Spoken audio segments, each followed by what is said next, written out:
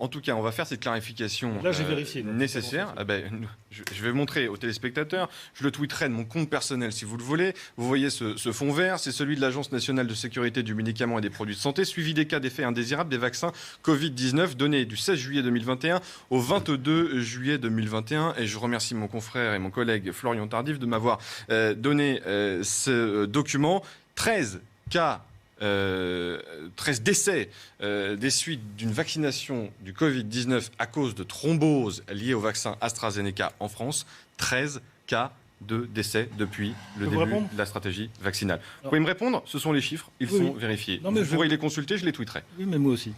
Donc moi, je vais inviter les auditeurs à... Et non pas 900, comme vous indiquez. Sur le même site de l'Agence nationale de la sûreté du médicament. Vous allez... sur la page qui concerne les effets indésirables dus au vaccin, le rapport Pfizer, c'est la page 8 sur 57. Et vous constaterez que sur le décès Pfizer, à la colonne, la ligne décès, je vous la montrerai après, il y en a 761. Et si vous faites la 8 sur 57 et page 7 sur 57, vous allez voir l'AstraZeneca. Et là, on a le chiffre que vous disiez tout à l'heure, c'est-à-dire, là, c'est 7. Non, pour la page 7, AstraZeneca, 98 décès. Donc AstraZeneca plus Pfizer, sur la période de juillet, nous sommes à 850 morts. J'ai dit 900, je me suis trompé de 50, je suis désolé. En France ou dans le monde? En France.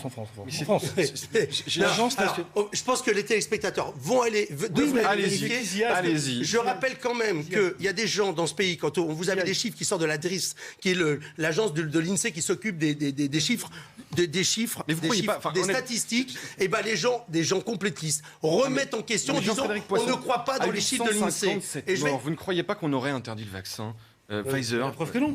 Mais c'est pas moi qui le dis, c'est l'Agence nationale de la sûreté. On a les documents sous les yeux. Mais monsieur, vous ne regardez pas la même page que moi. Mais si je la regarde, nous avons un spécialiste qui suit les chiffres depuis 1 an et demi. Vous êtes à la page 8 ? Oui, je suis à la page 8 de la SNS. 761 décès. Vous n'avez pas les bons chiffres. Ah bon?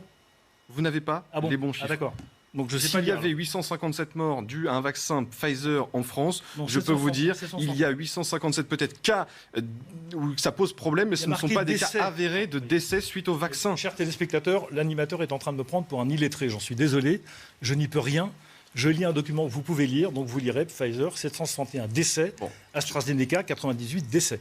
Moi, je voudrais citer quand même quelqu'un qui disait, c'est Michel Rocard, toujours préférer l'hypothèse de la connerie à celle du complot. La connerie est courante, le complot demande un esprit rare. Et même j'aimais bien Rocard à l'époque, il était drôle. Et même à travers les citations de Michel Rocard, on reste courtois dans ce débat, William Tay. C'est pas moi qui dis. Vous avez annoncé. Je suis pas venu ici pour me faire un jury non plus. Pardon?